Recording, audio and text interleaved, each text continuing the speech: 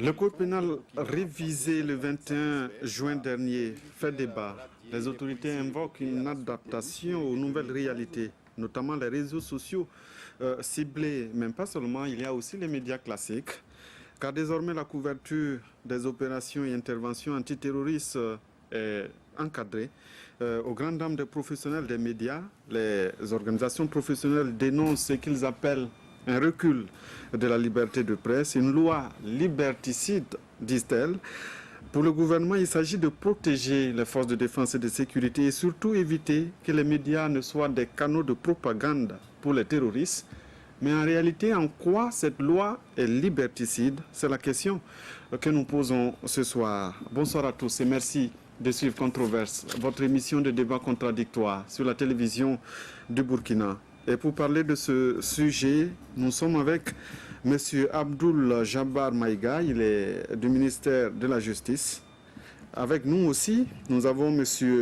Bouraïma Ouedraogo, il est le président de la Société des éditeurs de presse.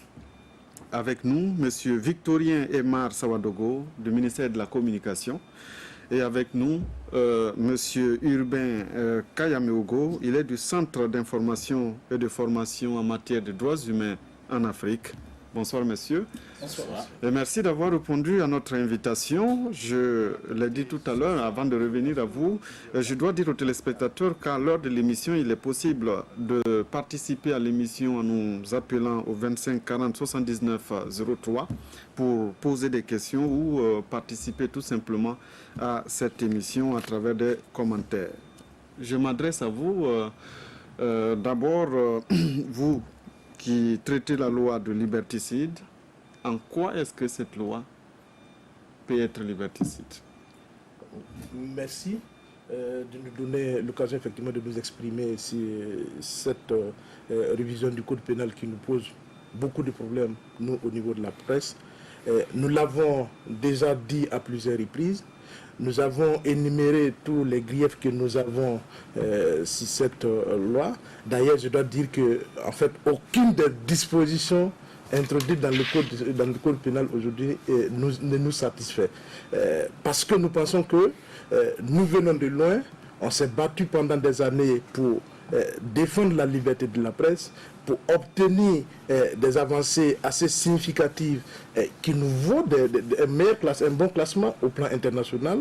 Et aujourd'hui, ce nouveau code pénal nous ramène en arrière je prends un seul exemple. Allez-y. Un seul exemple. L'article 312, 16.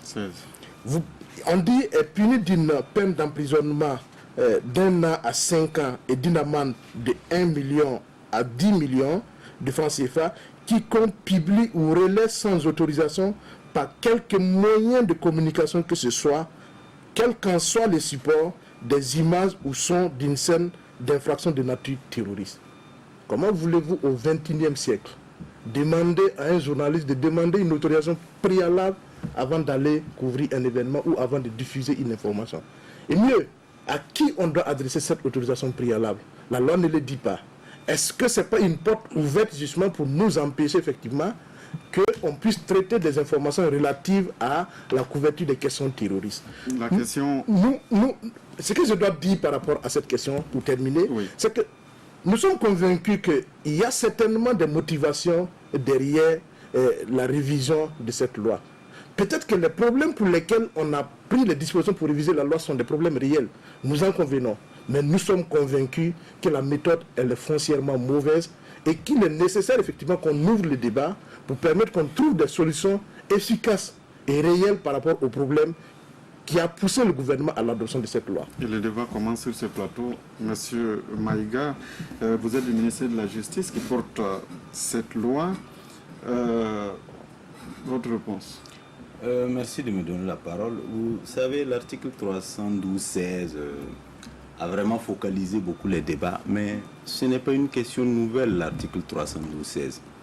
Il s'agit d'une scène de crime, en réalité. Quand on dit de ne pas diffuser des images provenant d'une scène de crime terroriste, avant tout, une scène de crime terroriste, c'est une scène de crime. Et une scène de crime comme telle doit être forcément protégée. Alors, je vous donne un exemple. Hein. Un crime a été commis. C'est parce que nous n'avons pas toujours les moyens de le faire. Sinon, la scène de crime est balisée. Et une fois qu'elle est balisée, il est interdit à quiconque de franchir le cordon de la police. Alors, lorsque des images de cette scène de crime fuitent, vous pouvez donner des indications, par exemple, à ceux qui ont commis le crime, qu'ils ont laissé certains indices. Et ces indices-là vont mener à eux. Ils vont forcément faire disparaître tout le cordon qui lie ces indices-là à eux.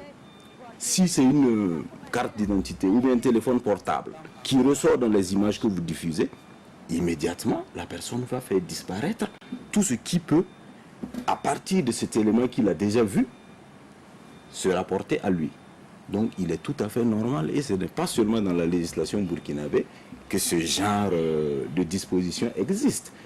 Et qui plus au Burkina Faso, nous sommes dans une situation sécuritaire assez difficile. Nous nous voyons donc obligés de protéger le travail que les agents enquêteurs font sur le terrain. C'est simplement la raison pour laquelle cet article a été édité. Ce n'est absolument pas dans l'optique d'empêcher la presse de faire son travail. Je réponds à une des questions qu'il a posées. À qui il faut demander l'autorisation? Lorsque vous voulez rentrer dans une maison, à qui vous demandez l'autorisation? Au chef de maison. Le chef de l'enquête, c'est le procureur du Faso. Il peut vous donner l'autorisation après avoir peut-être visionné ce que vous avez recueilli comme information sur les lieux, l'autorisation de publier lorsque aucun élément de ce que vous allez publier ne va entraver la suite de l'enquête. Donc je pense que sur ce plan, c'est quand même assez clair. En fait, c'est le chef de l'enquête. Ça peut être le procureur, le juge d'instruction, etc. dans la procédure pénale. Monsieur Urbain, en tout cas la parole à vous. Non, je voulais juste... mais en fait, vous nous confrontez dans notre position qu'on a encore besoin de cette loi. Si vous dites que ce n'est pas nouveau, pourquoi encore revenir dessus? Parce que la question de fond, c'est ça. Nous avons toujours dit, et nous le répétons, les problèmes qu'on a voulu résoudre avec cette loi-là, nous sommes convaincus qu'on pouvait les résoudre avec la législation existante. Tout est question de l'application de la loi. Et le problème dans ce pays, justement, ce n'est pas l'absence de loi, c'est l'application des lois. Et nous sommes convaincus, effectivement, que les problèmes qui sont soulevés et ou qu'on essaie de vouloir résoudre avec cette... S'il n'y a pas d'autre intention, effectivement, de nous empêcher ou d'entraver la liberté d'expression, la liberté, en tout cas, les lois existantes permettent, effectivement, vous l'avez dit, de régler ce problème. Donc on n'a pas besoin de revenir, de réviser la loi. Sawadogo, il y a d'autres intentions. Museler la presse, non, tel est l'intention de... Parce que dans une des questions posées par la commission de l'Assemblée nationale justement au ministre, il a dit clairement que l'intérêt c'est de contrôler l'information pour que cette information ne devienne pas une propagande. Donc quand on parle de contrôler l'information, est-ce que quelque part aussi vous ne justifiez pas ce que Brahima Ouedraogo vient de dire? J'en arrive. Museler la presse, à quel but et à quelle fin? Parce que le travail de la presse ne se limite pas aux attaques terroristes ou à la lutte contre le terrorisme. C'est bien plus que cela. Et qui est le premier bénéficiaire d'ailleurs du travail de la presse? C'est bien aussi les pouvoirs publics qui travaillent au profit des populations. Donc, sur ce plan, je pense que les efforts et les classements dont on parle, le gouvernement aussi s'en réjouit et certainement c'est aussi à son honneur parce que quand on dit que votre presse est bien classée, c'est un indicateur important au niveau de la communauté internationale. Donc c'est juste pour permettre au travail de bien se dérouler. Parce que quand on regarde, à la pratique, il y a quand même des choses... il y a eu des actes qui ont été posés qui n'ont pas souvent permis une fluidité du travail de un certain nombre d'acteurs, et ce sont ces praticiens qui ont remonté des observations. Et il y a eu des rapports techniques de la CIL,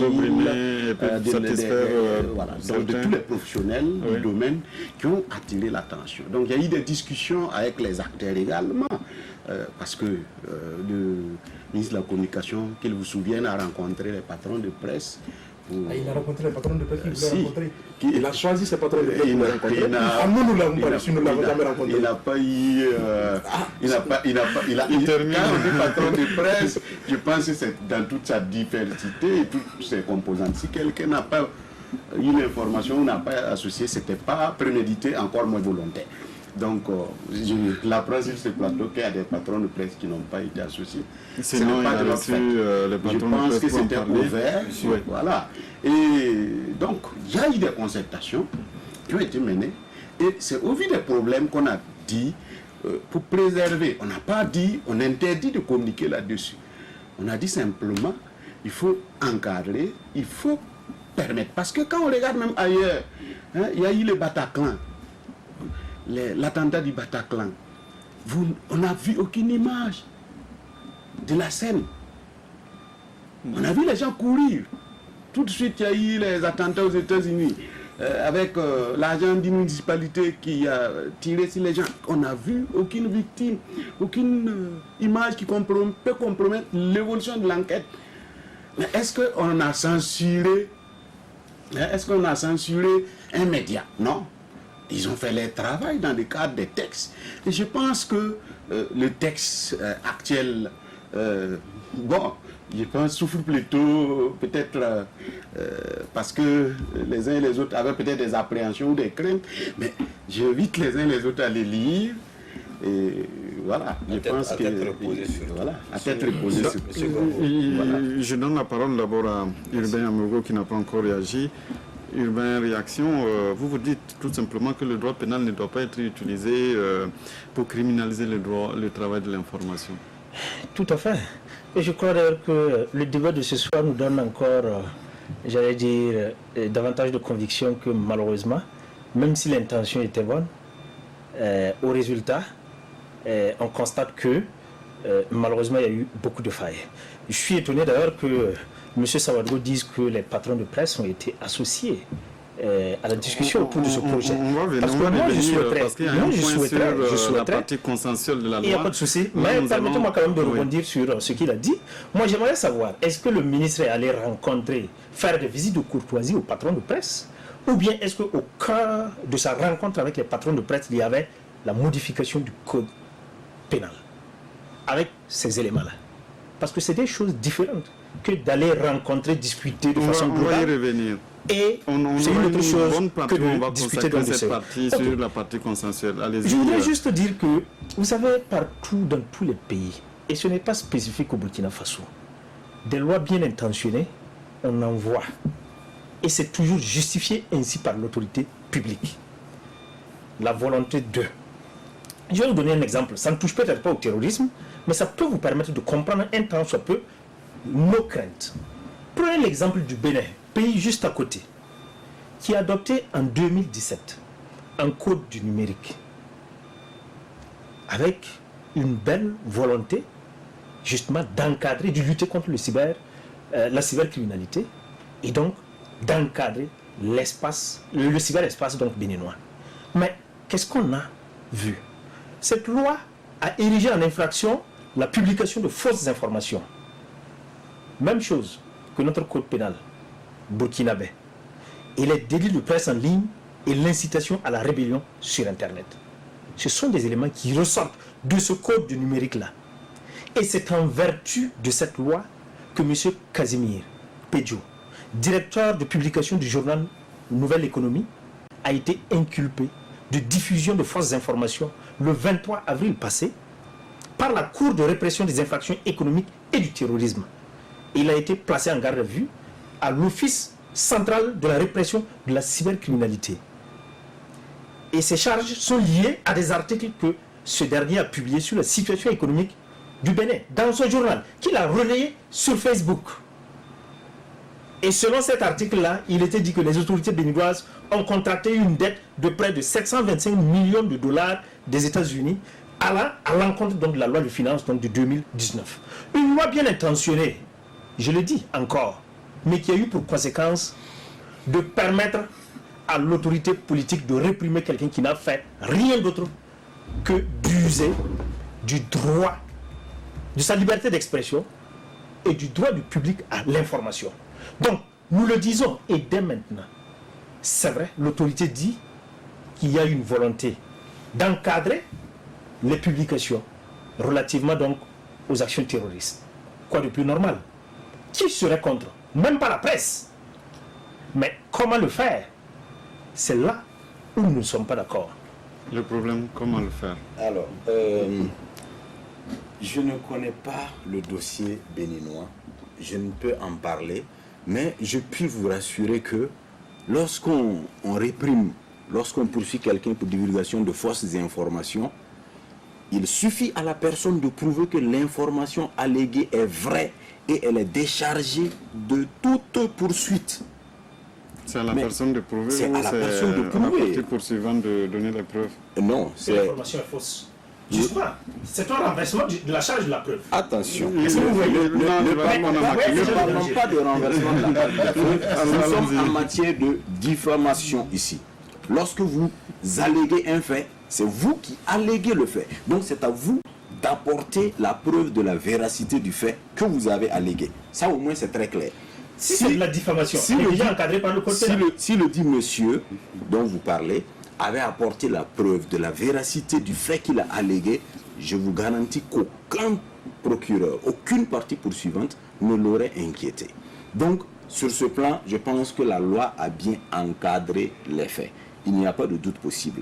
Je vais rebondir sur une des allégations de M. Saoud, M. Amogo. Nous n'avons, au Burkina Faso, aucune intention de museler qui que ce soit.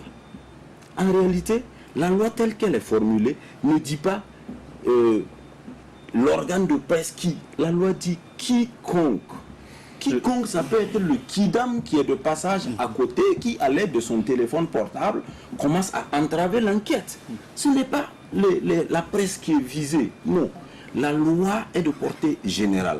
Maintenant, je comprends que la presse, dans son travail, se sente sa liberté quelque peu grignotée parce que là, elle est obligée de demander une autorisation avant de publier les éléments d'une enquête terroriste. Je précise bien, on est dans le cadre du terrorisme. Lorsque vous voulez publier sur des accidents de la circulation, vous n'avez besoin d'aucune autorisation. Mais le Burkina Faso, aujourd'hui, nous sommes dans une phase difficile qui demande à chaque citoyen d'accepter qu'on grignote dans sa liberté pour sauver notre sécurité. Donc quand même, je pense qu'on devrait pouvoir concéder cela. Ceux qui sont actuellement sous état d'urgence, qui souffrent du couvre-feu, ils vont dire, bon, nous ne sommes pas d'accord qu'on grignote notre liberté pour assurer notre sécurité. Non, il faut que chaque citoyen puisse accepter qu'on grignote un peu dans sa liberté pour assurer la sécurité de tous. Et c'est ce que vous ne voulez pas grignoter un peu de votre liberté, parce qu'en réalité, ce qu'il dit, on ne dit pas le média ou le journaliste qui, on dit quiconque, donc forcément... Oui, mais quand on dit quiconque, oui. Et on parle de donner une information, et que ton travail c'est de donner l'information, de diffuser l'information, tu ne peux pas ne pas te retrouver dans ce quiconque. Et qu'aujourd'hui tu n'as pas le monopole de l'information non plus, parce que n'importe qui prend son téléphone portable, il peut être producteur de l'info. Voilà. Et l'autre problème, je voulais justement, c'est que M. Sawadogo dit, en fait, on est d'accord sur quelque chose, mais c'est la façon de vouloir régler le problème qui montre, c'est là où on a des divergences. Nous pensons que si c'est le fait effectivement, et je l'ai toujours dit, je l'ai dit d'ailleurs à un des membres du gouvernement que j'ai rencontré après l'adoption de la loi, je lui ai dit, si vous avez des problèmes avec les activistes ou ce qu'ils appellent les boxeurs en dessous de la ceinture sur les réseaux sociaux, trouvez le moyen de régler le problème avec les boxeurs en dessous de la ceinture.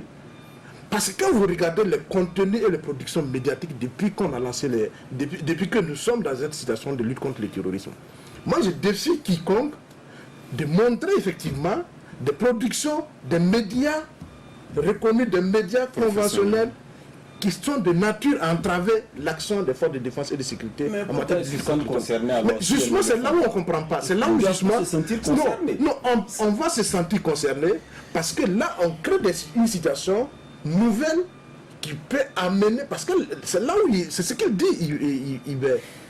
Les bonnes intentions. Quelles que soient les bonnes intentions, comme on le dit, l'enfer est pavé de bonnes intentions. Mais ça reste l'enfer.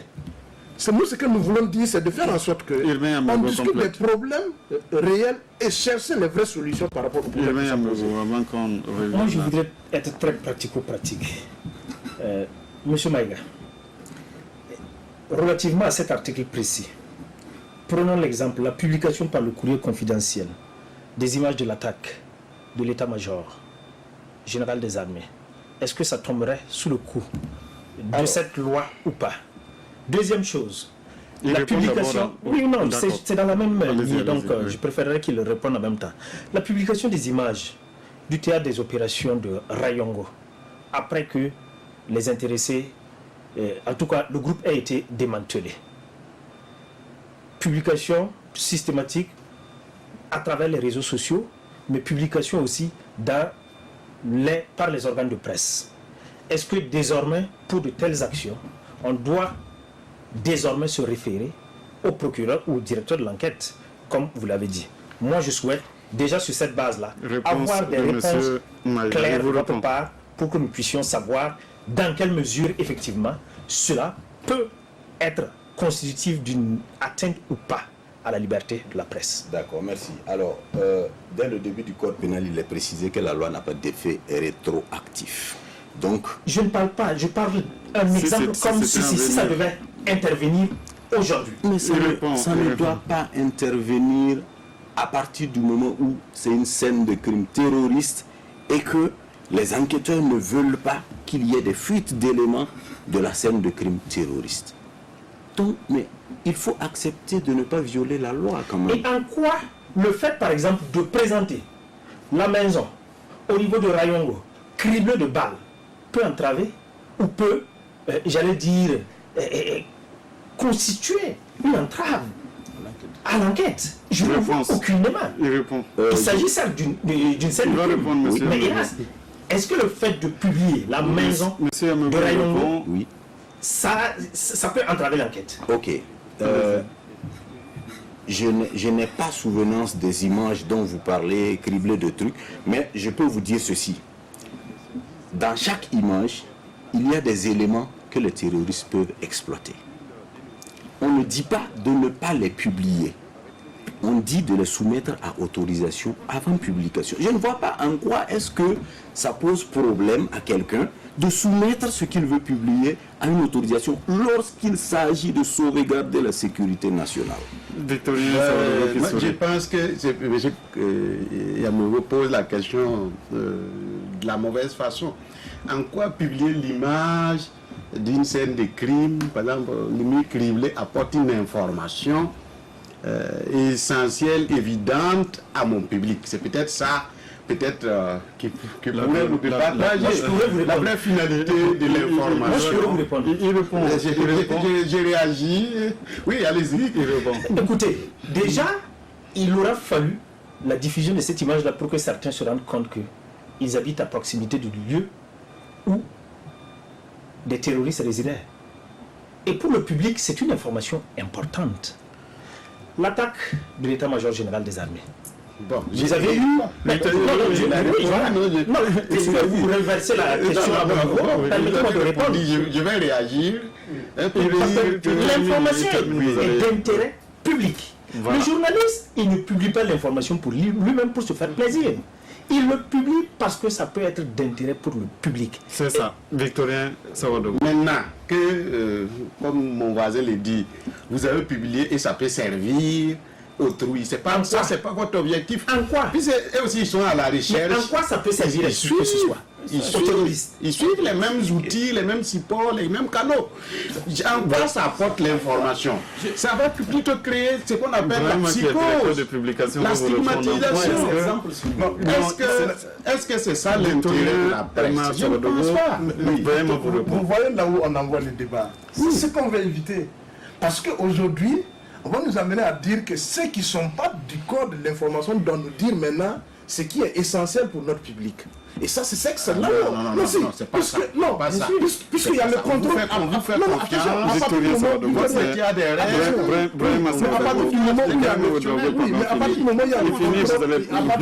le contrôle a priori, avant d'autoriser. Parce que quand on va aller, en fait, après aussi, au-delà de l'image, même de l'image qui peut être photo ou vidéo, après on va nous reprocher aussi la description même de... Pas du tout. Voilà. Pas du tout. Non, parce que non, c'est là où ça commence. La loi est quand même claire. Non. La loi dit les images ou les sons. La loi dit les images ou les sons. On ne s'occupe pas de l'information que vous publiez. Mais vous pouvez publier l'information les qui sons, c'est l'information justement. Parce que pour nous, l'image c'est une information. L'image c'est une information. Mais c'est très précis quand même. Dans les cas d'espèces, notre métier, puis dans une autre vie j'ai été journaliste, prévoit qu'il y ait des sources et qu'il y ait la vérification et le recoupement. Donc le contrôle a priori est permanent dans notre travail. Ça c'est essentiel. Ça c'est essentiel. Ça c'est interne. Et contrôle a priori à niveau interne. Si on parle tous à la fois, on ne se fera pas comprendre, il faut qu'on parle les uns après les autres. Vous savez que vous ne publiez, vous n'allez pas publier ce qui vient comme ça, tout venant. Oui. Donc vous soumettez à des filtres, vous tamisez. Oui. Donc c'est ce devoir de précaution là, puisque le quiconque embrasse est de portée générale, qu'on a voulu donc codifier pour encadrer. Parce que même quand on dit, on défie quiconque de prouver qu'un professionnel a publié des trucs qui ne sont pas... On a vu les victimes de Rayongo, on a vu les images d'ici, tout le monde a publié pratiquement. Bon, est-ce que c'est cela informé? Bon, oui et non. Oui et non parce que pour une image vaut 1000 mots, vous allez me dire. Mais quand ça peut compromettre, on vous demande simplement un peu plus de retenue, un peu plus de précaution, le temps qu'on puisse vous dire cette information manipulée ou diffusée de la sorte ne nous dérange pas, ne constitue pas une entrave à la justice. Et tout le monde est tranquille. Tout est question de justice, vraiment qui sourit ou urbain. Pourquoi ne pas justement rentrer un peu dans ce carcan, comme il dit, accepter qu'on grignote un peu et permettre un meilleur dénouement aussi de la situation pour que cela profite à tous? Non, parce que le problème du fonds jugement, je le répète, le problème est toujours mal posé. Personne n'est contre effectivement qu'on grignote sur notre liberté si c'est pour faire en sorte que notre quiétude à tous soit préservée. Mais nous sommes en train de dire qu'il ne faut pas créer les conditions où il ne s'agit pas seulement de grignoter la liberté, où il s'agit plutôt de permettre à des gens de mettre leur nez dans le travail que nous faisons. Ça, c'est un procès d'intention. Non, c'est ça aussi. Non, c'est pas un procès d'intention. Non, c'est pas un procès d'intention. Le problème, et là aussi, je ne sais pas si c'est comme on appelle ça, un lapsus. Le ministre l'a dit ouvertement que c'est une façon de pouvoir contrôler l'information. Ça a été dit. Un journaliste ne peut pas accepter effectivement, un journaliste est vrai, ne peut pas accepter justement que l'autorité veuille contrôler l'information. Il faut restituer ce dit là dans son contexte. Non, mais on parle de la loi. Et nous, on rapporte, par exemple, on parle de la loi. À une époque, on disait d'amener vos copies, on va regarder avant de publier. Nous sommes dans un cas concret, nous parlons de la loi. Et c'est en rapport à la loi qu'il a dit. Donc, on ne sort pas du contexte, on reste dans le contexte de l'adoption de la loi. Si le contexte de l'adoption de la loi est sous-tendu par une volonté de contrôler l'information, il faut que le gouvernement souffre que nous, professionnels des médias, on dise que nous ne sommes pas d'accord. Parce que nous ne pouvons pas accepter le principe d'un contrôle a priori de l'information par l'autorité avant que nous puissions la diffuser. Ça, c'est le premier élément. Deuxième élément, nous disons que nous ne sommes pas contre effectivement qu'on légifère. Nous sommes même pour. Mais nous disons, c'est la façon dont c'est libéré aujourd'hui qui pose véritablement problème. Je ne comprends pas. Et peut-être c'est là où, quand on va arriver peut-être à la deuxième partie, on nous expliquera. Nous étions partis effectivement pour discuter, pour qu'on trouve des solutions, pour qu'on réforme les choses, afin qu'on s'il y a Victorien et Marc Ouedraogo, est-ce que le problème ici aussi n'est pas comme il est dit dans le libellé, quand on dit soumettre les images, les sons, est-ce qu'il ne faut pas craindre de se retrouver peut-être avec une situation d'opération ou d'intervention où les journalistes n'ont rien à dire parce que tout ce qu'ils auront à dire sera interprété. Ce n'est ni à l'intérêt de l'autorité ni dans l'intérêt... parce qu'il peut arriver, par exemple, les images dont on parlait tout à l'heure, la scène d'intervention de Rayongo. Vous prenez une image à distance, vous voulez illustrer votre article, le procureur vous dit non, ce n'est pas possible parce que ça peut peut-être entraver notre enquête. Exactement. Et puis bon, vous vous retrouvez avec un article qui n'a pas d'illustration. Le traitement de l'information peut emprunter beaucoup de cheminement. Et vous comprenez qu'il y a un faire un article sans illustration. Si c'est juste parce que dans le cadre de la lutte contre le terrorisme et pour préserver des scènes de crime, on nous demande à la télé, par exemple, il y a une attaque, vous ne pouvez pas parler de ça parce que l'information emprunte, surtout les images, rien que les images et les sons empruntent la forme voulue. Je pense que ça n'enlève, n'ajoute rien, en tout cas au professionnalisme. Alors, je pose la question où ça ne diminue en rien la liberté d'opinion. Monsieur avait posé une question. Je vous donne simplement l'exemple de l'hypercachère. L'attentat de l'hypercachère en France, en 2015. Alors, Amédée Koulibaly, c'est à la télé qu'il a vu que ses revendications n'étaient pas prises en compte. Et il a commencé à s'exciter. Il était armé, il avait des explosifs. Mais si cette information ne lui était pas parvenue, on aurait peut-être pu sauver des gens. Mais c'est sur la base des informations qu'il a reçues à la télé, parce que les frères Kouachi qu'il demandait de libérer étaient attaqués par le GIGN, et qu'il a vu cela à la télé, il a réagi. Donc, c'est des cas comme ça que nous voulons éviter au Burkina Faso. Nous n'avons pas les mêmes moyens. Ce qui est en jeu ici,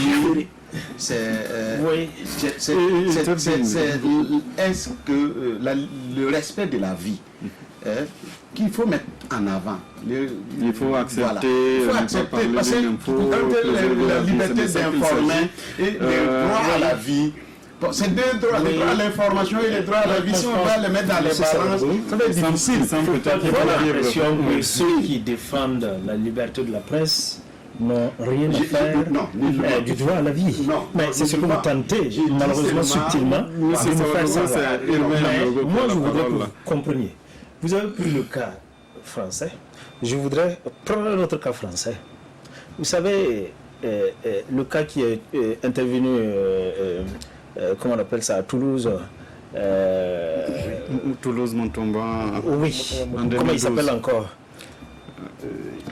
J'oublie. Bon, bref. Toujours est-il que lorsque les policiers français, donc le RAID, intervenaient, donc Mohamed Merah, lorsque le RAID est intervenu, c'est à travers la télé que certains qui étaient dans l'immeuble ont su que c'était leurs voisins et que c'était dans leur immeuble que l'intervention se faisait. Et c'est grâce à cela que certains ont pu se placarder et ne pas se retrouver nez à nez avec les policiers. Et ça, vous voyez. Donc, et il faut éviter, c'est important de légiférer dans l'émotion. Il faut éviter, parce que ce que nous avons constaté, en France d'ailleurs, à un moment donné, on a constaté ça, un fait social, une loi, sous Sarkozy, ça a eu quelles conséquences? Ça n'a eu aucun impact.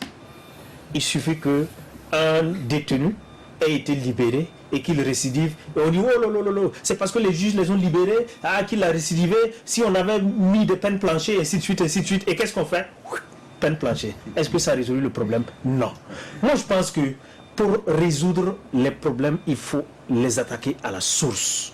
Il ne faut pas vouloir légiférer par émotion, légiférer par à-coup, sinon on ne fera que accumuler des législations, mais qui ne trouveront pas à s'appliquer. Légiférer par émotion, c'est ce qu'on entend ces derniers temps par rapport aussi. Le processus a été long, nous avons perdu des cheveux sur le chemin. Nous n'avons pas du tout légiféré par émotion. Plus d'une année que nous sommes en train de plancher sur ces articles-là. Franchement, ce n'était pas dans l'émotion.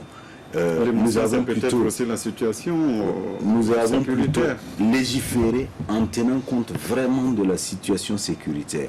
On avait une alternative, soit ne rien faire, soit légiférer pour essayer de canaliser quelque peu l'information qui provient des scènes de crimes terroristes. Et nous avons fait un choix, c'est de légiférer effectivement.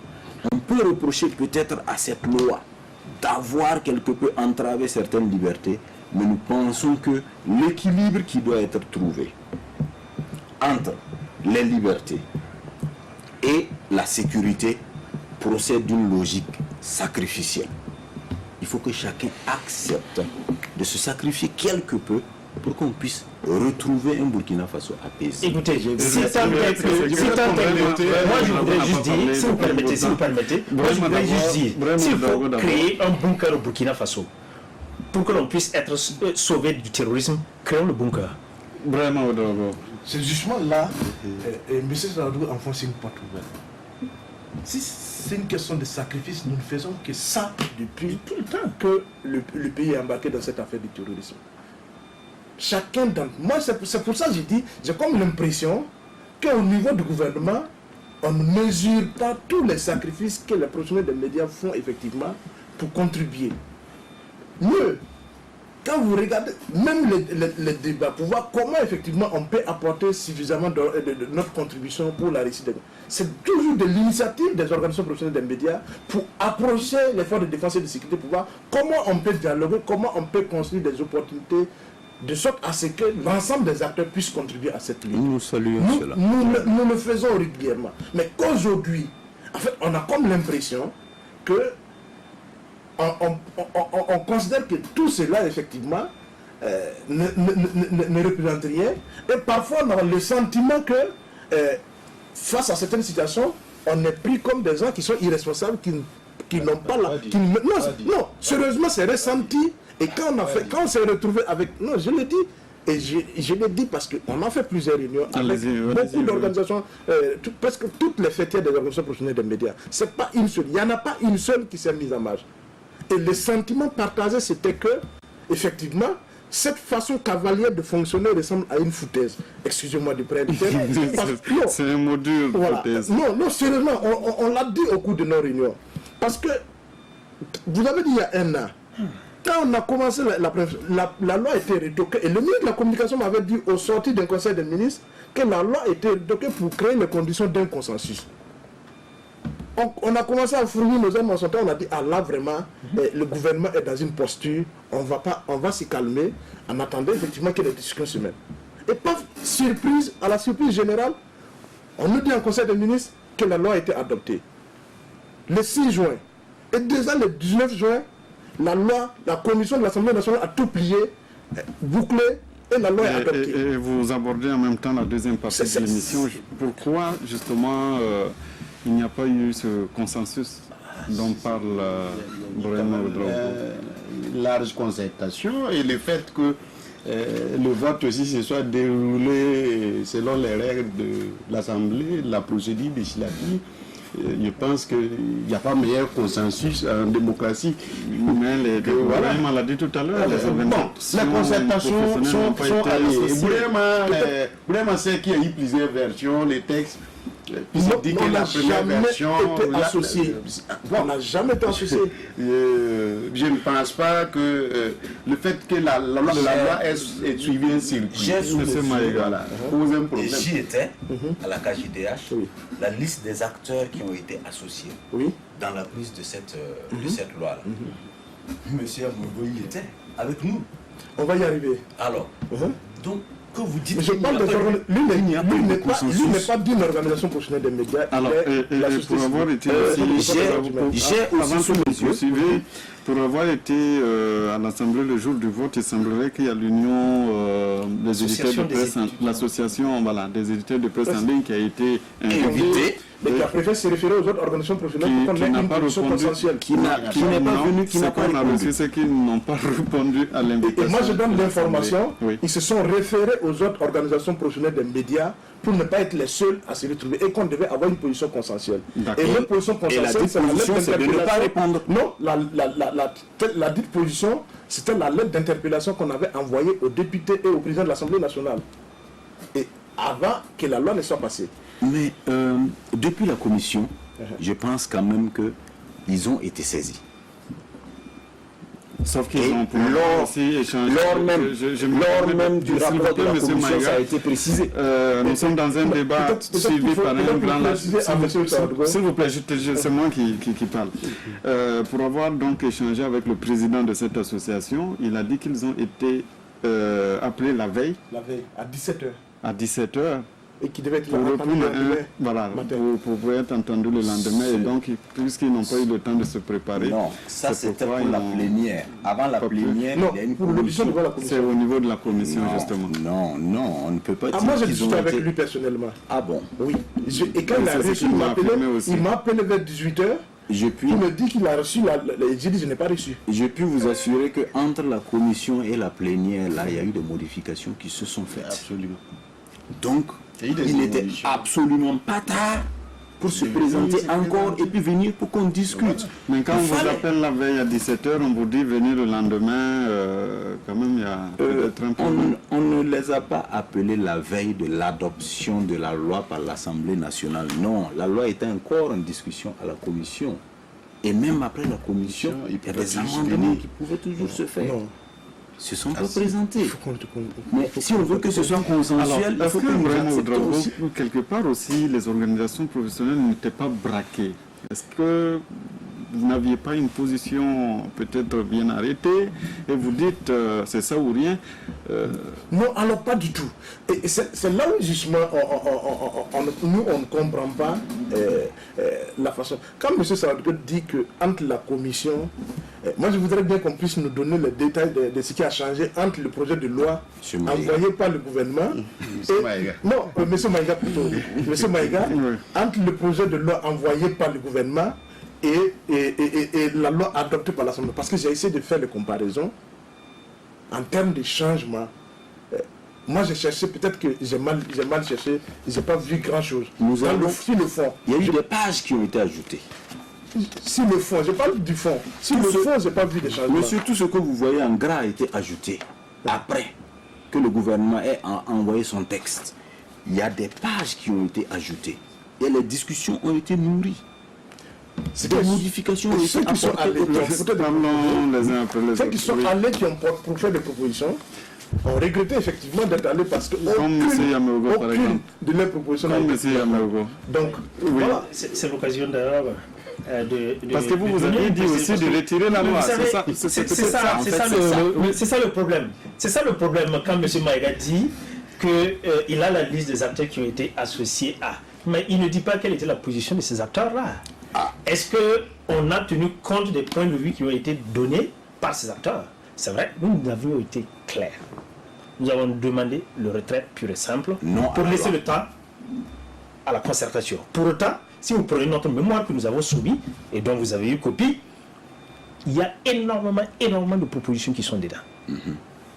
Tout en demandant le retrait. Nous avons reçu la convocation 3 jours avant. Et je dois rendre justice effectivement en disant que toutes les organisations et l'Assemblée nationale d'ailleurs m'a contacté à ce sujet puisque j'avais fait une publication à ce sujet. Toutes les organisations ont été contactées le 10, certainement dans la soirée. Mais en même temps, vous savez, pour des organisations qui ne travaillent pas directement avec l'Assemblée nationale, quand un courrier vient, ce n'est pas l'urgence. Et certainement, ces gens ont été relancés à la veille et n'ont pas eu le temps de se préparer pour venir. Nous, à notre niveau, nous avons l'habitude de travailler à la KJDH. Et nous avons souvent le plaisir d'ailleurs de nous y rencontrer. Et nous avons fait le nécessaire, il est vrai, dans la limite du temps qui nous était imparti. Mais je ne vais pas détailler le calvaire que nous avons dû endurer pour produire donc un mémoire et le soumettre. Néanmoins, qu'est-ce qui en est ressorti? Qu'est-ce qu'on a pu retirer pour contribuer à l'amélioration de la loi? Je ne vois pas. Moi, je voudrais bien voir c'est quelle page. Vous avez dit des pages entières. Moi, je voudrais Quand même. La loi en elle-même fait combien de pages? Moi, je ne parle pas du rapport de la commission. Moi, je parle uniquement des dispositions de la loi, les articles. Parce que des pages entières, c'est quand même... L'article 361-23 qui figure sur une page, 2 pages, l'article 524. Alors, juste vous dire que l'article 561 ne fait pas partie des articles qui sont querellés. Parce que c'est un article donc, qui porte sur le financement du terrorisme. C'est pas de ça qu'il s'agit. Mais pour nous, ce dont nous discutons, il ne s'agit pas de cela. Parce que là-dessus, nous n'avions pas connexion à ça. Nous parlons des articles qui sont querellés et qui touchent à la liberté de la presse. C'est juste vous dire que entre le moment où vous avez reçu la correspondance et le moment où la loi a été transmise pour adoption en plénière à l'Assemblée nationale, il y a eu des évolutions, dont les évolutions, pas forcément oui, pas forcément. Ça veut dire qu'on avait largement le temps, de discuter. Mais lorsque vous venez pour discuter d'une loi et la position que vous adoptez est que il faut jeter la loi à la poubelle. C'est difficile. C'est difficile. Ça veut dire que tout le travail qui a été fait depuis une année, vous le rejetez en bloc. Ensuite, vous dites qu'il n'y a pas de consensus. Ils disent aussi que plus souvent, ils sont un peu traités de complément d'effectifs. C'est-à-dire qu'on invite des organisations. Avec votre la première mouture qui a circulé, quand il y a eu le levé de bouclier, on a retiré. Il y a beaucoup de changements. Circuler dans quel canal? Il y a eu tout le ça monde. Fuitait ou ça circulait? Parce que vous donnez l'impression que vous avez partagé ça. Quand ça fuitait, même la version. Elle a fuité, elle n'a pas été rendue publique. Voilà, Et c'est pas pareil. C'est un débat passionnant, mais il faut qu'on arrive à parler les uns après les autres pour que le public nous entende. Donc vous voyez que les versions quand même ont évolué. On a tenu compte des avis des uns et des autres. Que vous soyez, quels sont les uns et quels sont les autres présents ou pas, on a tenu compte quand même de votre point de vue dans la mouture finale. D'une manière ou d'une autre. Non, comment on a tenu compte de notre point de vue si on ne l'a pas exprimé? C'est ça le problème. Vous avez dit que vous avez envoyé un courrier. Non, mais justement, quand on envoie notre courrier, qu'est-ce qu'on a qui n'est pas arrivé à bonne date. Quand on arrive le courrier, on nous dit que votre interpellation est arrivée à la veille d'un hors délai et on ne pouvait pas examiner. Oui, parce que c'est 72 heures avant. 72 heures avant. En fait, la question que moi je voudrais, quand vous dites que vous avez fait c'est ça aussi qui fait qu'on parle un peu de mauvaise foi de votre part. Non, justement. Est-ce que vous n'aviez pas lu les textes de l'Assemblée pour savoir qu'il fallait interpeller l'Assemblée 72 heures avant ou bien... Mais c'est là tout le problème. Nous, en fait, la question de fond, c'est que quand nous avons fait savoir, quand la première mouture a fuité, parce que c'est l'expression exacte, on a amené un projet de loi en catimini en Conseil des ministres. Et il était effectivement... La loi a été bien portée par le ministre de la Justice. La loi était en catimini. Quand je dis en catimini, c'est qu'elle n'avait pas, en tout cas en son temps, fait l'objet de discussion. Et l'expression, c'est le ministre de la Communication, porte-parole du gouvernement lui-même qui dit qu'on a retoqué la loi pour qu'il y ait un débat, pour un large débat autour d'un consensus. Mais à notre grande surprise, le 6 juin, ça dit, on n'a plus jamais entendu parler de cette loi jusqu'au 6 juin, quand le même porte-parole du gouvernement sort pour dire qu'au titre du ministère de la Justice, il y a un projet de loi qui a été pris pour relire le code pénal. À quel moment le gouvernement a discuté avec eux? On a transmis la loi à l'Assemblée nationale, adopté le 6. Et c'est là où on comprend. Nous, quand on dit que nous sommes de mauvaise foi, nous on ne comprend pas. Si vous prenez le 6, c'était un jeudi. Donc le lendemain, vendredi, il y a un week-end au milieu. Mais malgré tout, on a pu transmettre la loi à l'Assemblée nationale. Super, l'administration fonctionne bien et les institutions communiquent. Félicitations. En même temps, à peine la loi est arrivée à l'Assemblée nationale, la commission des affaires générales est saisie, auditionne. Au bout de 6 jours, de 9 jours, le débat est plié. Mais nous, on se rend compte que la loi passe le 21. Alors qu'on était le 17. C'est quand puisqu'on a même allé à l'Assemblée nationale pour prendre le programme, pour se rendre compte que en fait, la loi passée le 21. Ça veut dire qu'on n'a même pas eu communication préalable de la date d'adoption de la loi. C'est nous qui avons cherché l'information. Et quand on a vu que la loi passait le 21... Les ordres du jour de l'Assemblée sont publics. Attention, c'est publié, c'est affiché. C'est même Victorien. Nous sommes au Burkina. Moi, je vais vous dire quelque chose. Il faut qu'on... L'Assemblée n'est pas représentée sur le plateau. L'Assemblée n'est pas représentée sur le plateau. Mal à l'aise. Mais ce que j'ai dit, on ne va pas polémiquer sur les ordres du jour des sessions de l'Assemblée nationale. C'est pourquoi il faut avancer. Mais là, il y a plusieurs fois. Oui. Si c'est une information que je te donne, tu peux vérifier à l'Assemblée nationale. Et vérifier avec ceux qui sont au service de communication de l'Assemblée. Il y a plusieurs fois, on a cherché la liste des lois qui doivent passer à l'Assemblée nationale, on n'a pas trouvé. Donc il ne faut pas... Non. C'est disponible et lors du jour c'est théoriquement disponible. On va pas polémiquer sur la question de l'ordre du jour de l'Assemblée. On ne va pas discuter sur ça. Toujours est-il que... Et je termine très rapidement. Ça dit la célérité avec laquelle le gouvernement et l'Assemblée nationale ont travaillé à l'adoption de la loi. C'est ça que nous ne comprenons pas. Parce que si on veut effectivement une loi et qu'on avait vraiment l'intention d'impliquer les acteurs et de les écouter, on s'y serait donné au moins le temps du dialogue, le temps de la discussion. Même l'opposition parlementaire l'a demandé. Ça a été refusé. Alors, je vais rebondir par votre chute. Alors, pourquoi justement n'avoir pas, comme le demande, reporté et les rencontrer, parce que c'était quand même les professionnels des médias, ce sont les acteurs essentiels et c'est eux qui sont concernés par la loi. Est-ce qu'il n'y avait pas peut-être, comme ils le disent, une volonté quelque part de caporaliser? Monsieur Gongo, je ne peux pas répondre à la place de l'Assemblée. Ce que je sais, c'est que lorsque la loi était encore dans le circuit d'adoption, le gouvernement aussi pouvait demander à l'Assemblée de temporiser. Peut-être, mais lorsque la loi était encore au niveau du gouvernement, là nous pouvions contrôler les choses, nous pouvons y en répondre. Et je précise, cette loi ne concerne pas uniquement la divulgation de fausses informations ou bien la divulgation d'informations. La modification va au-delà. Alors, s'il faut, pour chaque loi, surtout de nature pénale, consulter les acteurs avant de la prendre, on ne s'en sortirait pas.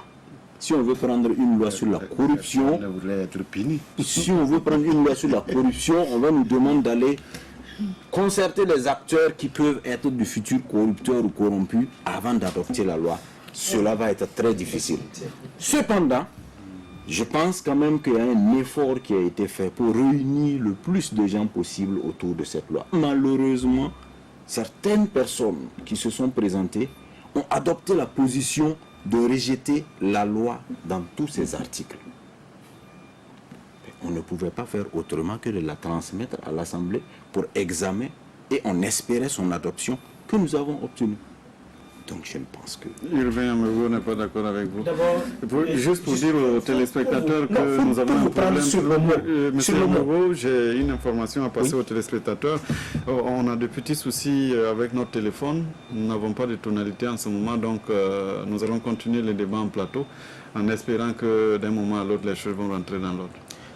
Pour le prendre sur le mot, il a dit que certains acteurs se sont retrouvés dans la posture de rejeter entièrement la loi et donc ils n'ont pas eu d'autre choix que de le transmettre à l'Assemblée nationale pour son adoption.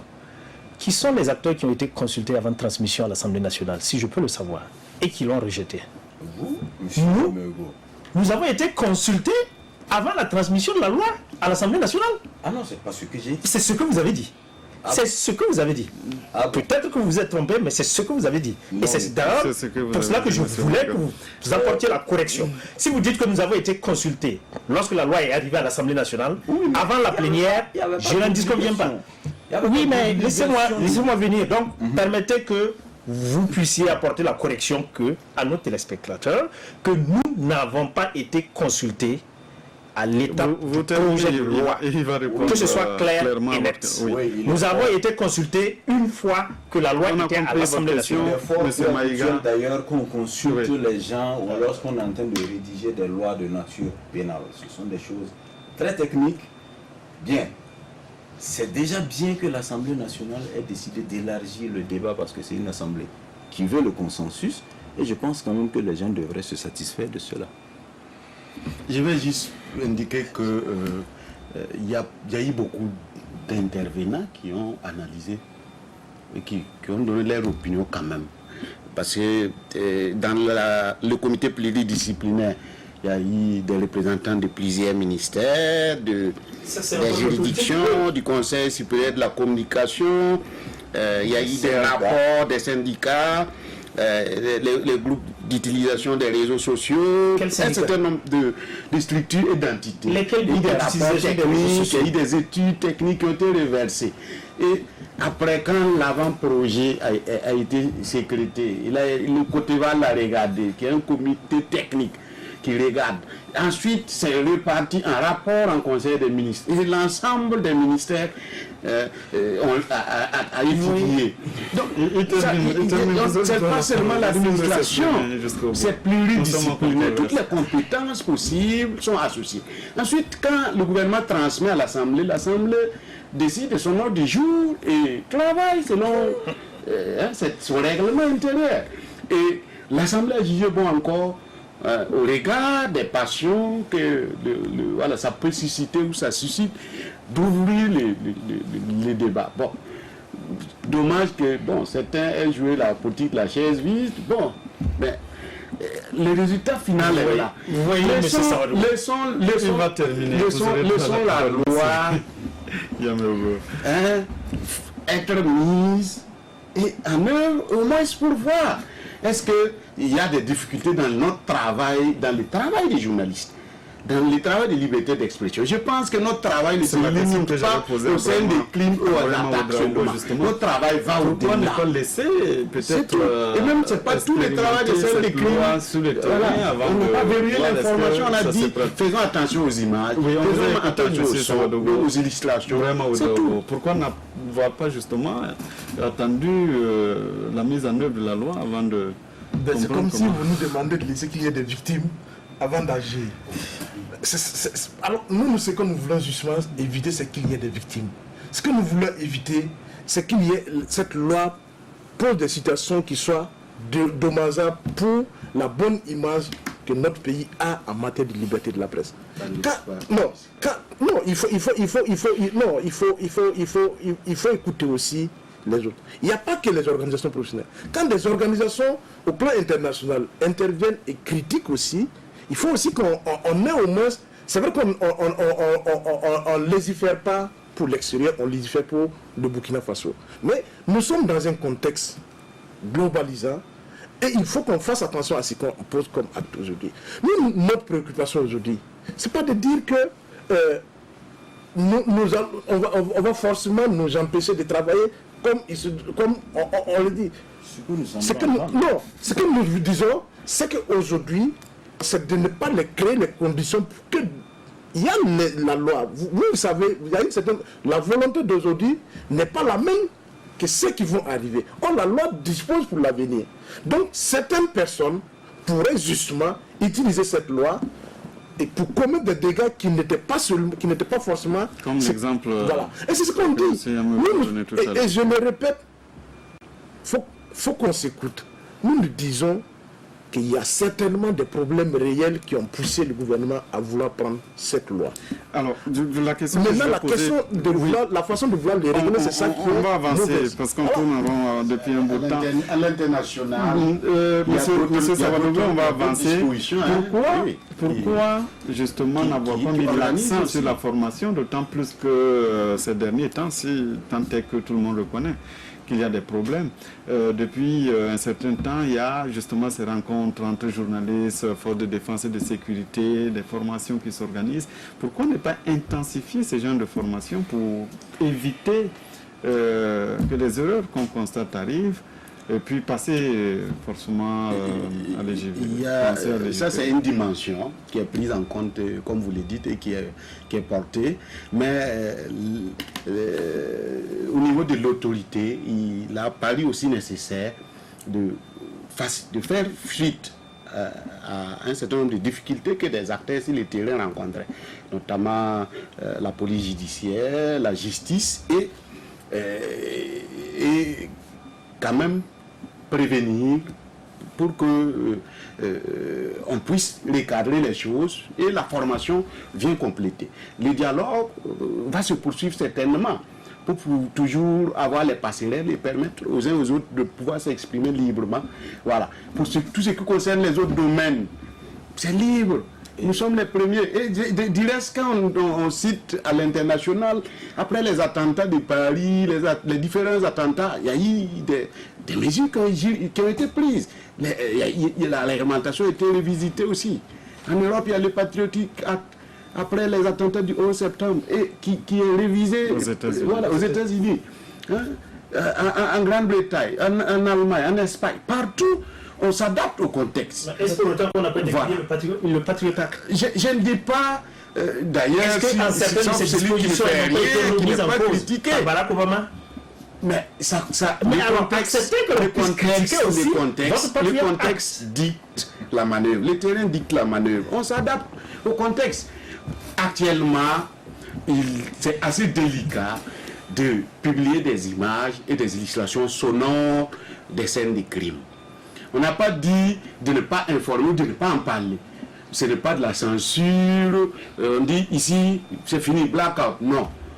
On a simplement demandé que les journalistes, les professionnels des médias fassent preuve les professionnels justement, le gouvernement va profiter pour donner les ça c'est un procès d'intention. C'est pas les images que nous voulons montrer. En attendant, il y a rien de on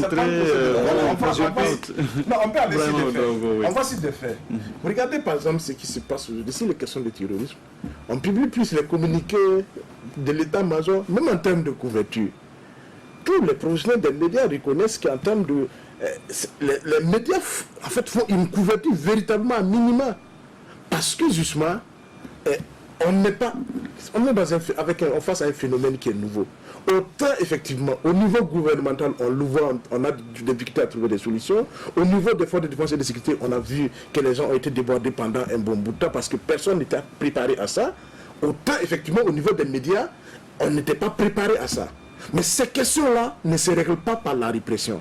Ces questions-là se règlent par le dialogue, par la construction collective d'une volonté effectivement de préserver ensemble ce territoire-là qui nous permet de tenir ensemble. Et c'est ça qui manque. Les deux à la fois aussi.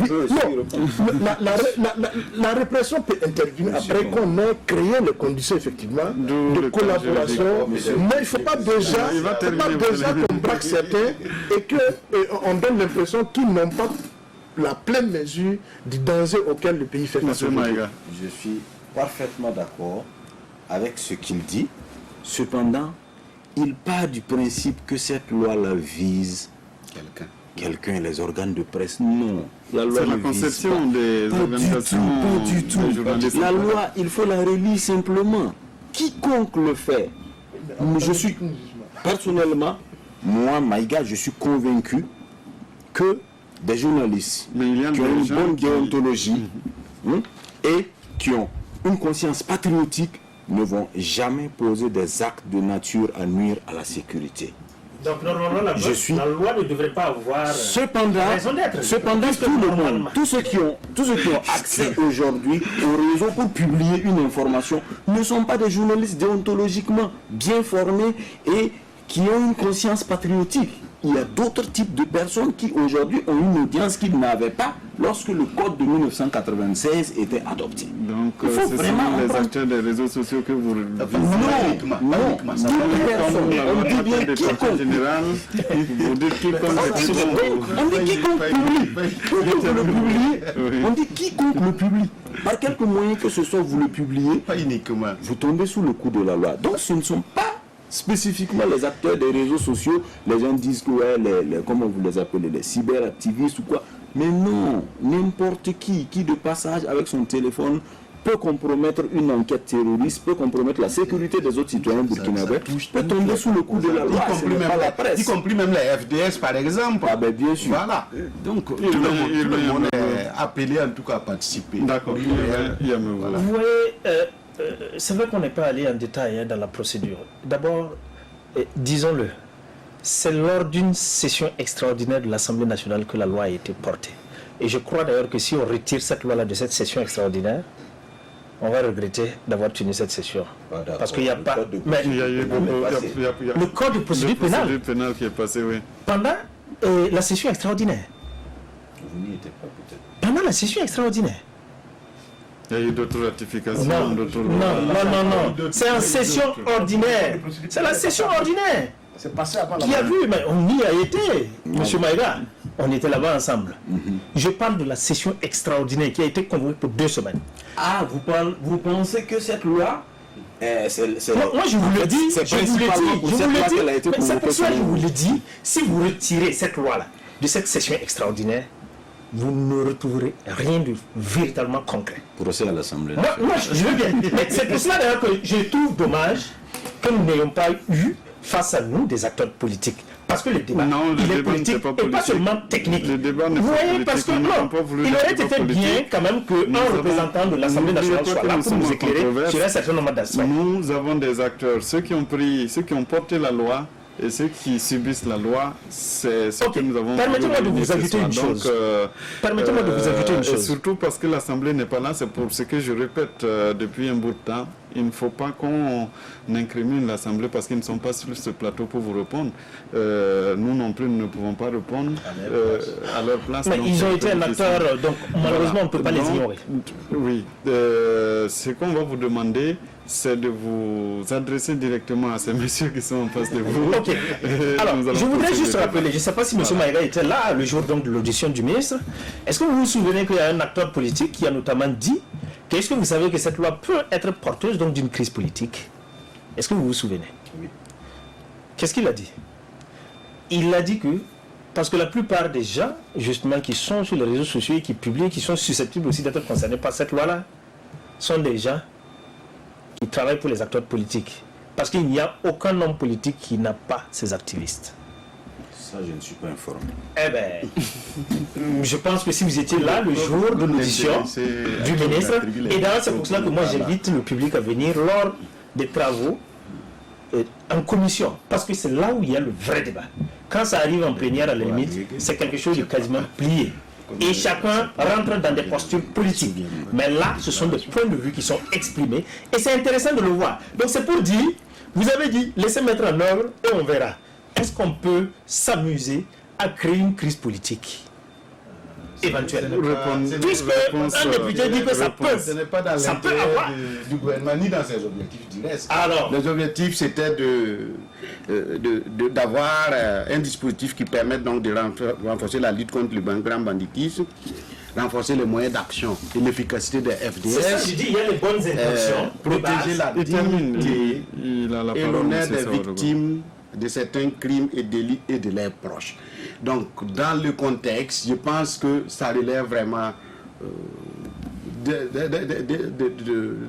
de bons objectifs. Et dans le quiconque, il y a Voilà. les FDF aussi. Sur les FDS, voilà, dans les quiconque les FDS, parce que c'est d'abord eux qui sont concernés. Quand on voit certaines images parfois, c'est des théâtres d'opération, par exemple dans Sumbu, on a vu des photos insoutenables. Et je précise même que Voilà. lorsque Donc, les vous faits voyez, ont été commis par voilà. un élément des forces et des défenses de la sécurité sur le les terrain, peines sont lourdes. les peines sont aggravées. Voilà. Donc on ne peut pas dire que nous visons Quelqu'un de quelqu'un particulier. de précis. Non, non, ça ce serait nous faire un procès d'intention. Mais Vraiment n'est pas en d'accord. fait, on est toujours dans la même logique.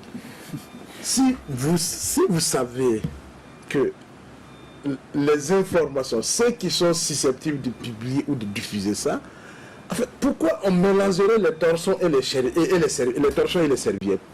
Moi, c'est ça qui nous pose. Quiconque peut être journaliste, quiconque peut être FDS, quiconque peut être activiste, oui. Qu'est-ce qui nous empêchait, effectivement, d'aller plus loin dans la réflexion pour être beaucoup plus pratique et plus précis pour être efficace? En faisant quoi? visant, effectivement, c'est vrai que en prenant des dispositions qui ne touchent pas des domaines, parce qu'aujourd'hui, des domaines comme la presse, parce que quand vous regardez aujourd'hui, peut-être que là où il y a débat aussi, là où le débat nous pose problème, effectivement, par rapport à cette loi, c'est la contradiction que ça vient apporter aussi aux lois sur la liberté de aux lois régissant la presse.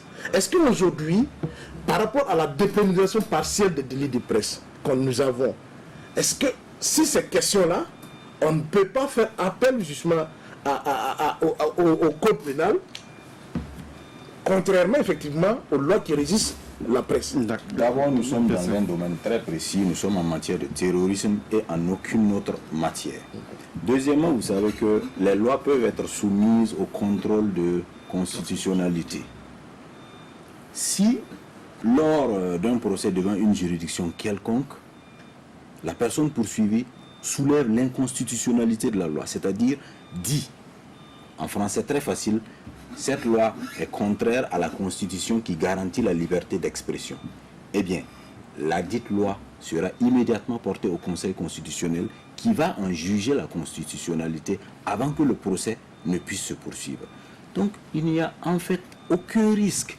Nous avons une juridiction quand même supérieure où siègent des personnes de haut rang qui sont des férus du droit, qui peuvent facilement, si cette loi-là est liberticide, comme vous le dites là, la retoquer. La retirer totalement de notre... Je veux dire ajouter que dans les textes de loi portant donc sur la presse, il est mentionné que les domaines qui ne sont pas donc expressément donc mentionnés dans ces textes de loi peuvent être donc portés par le corps pénal ou d'autres donc textes donc de notre arsenal juridique. Donc, sur ces plans, mais c'est mentionné. Sur ces plans, le terrorisme, avec ces développements qui sont très fulgurants et toute sa complexité, en tout cas, on a estimé qu'il fallait faire, surtout que dans la matière, ce n'est pas seulement on ne vise pas spécifiquement les journalistes, c'est une loi de portée générale. Je pense que le texte et le cadre, c'était vraiment du corps pénal. On va s'arrêter là ce soir, messieurs, parce que le temps qui nous est imparti est arrivé à terme. Nous avions sur ce plateau M. Abdoul Jabbar Maïga, il est conseiller technique au ministère de la Justice. Avec nous, M. Brahim Ouedraogo, il est le président de la Société des éditeurs de presse. Avec nous, M. Victorien Emar Sawadogo, il est du ministère de la Communication. Et puis, comme invité aussi ce soir, M. Urbain Kayameogo, du Centre d'information et de formation en matière de droits humains en Afrique. Merci à vous de nous avoir suivis, à tous ceux qui m'ont aidé à préparer cette émission, à toute l'équipe technique. Merci. Controverse est fini pour aujourd'hui. La dernière édition du journal, c'est tout à l'heure avec Draman Dadia.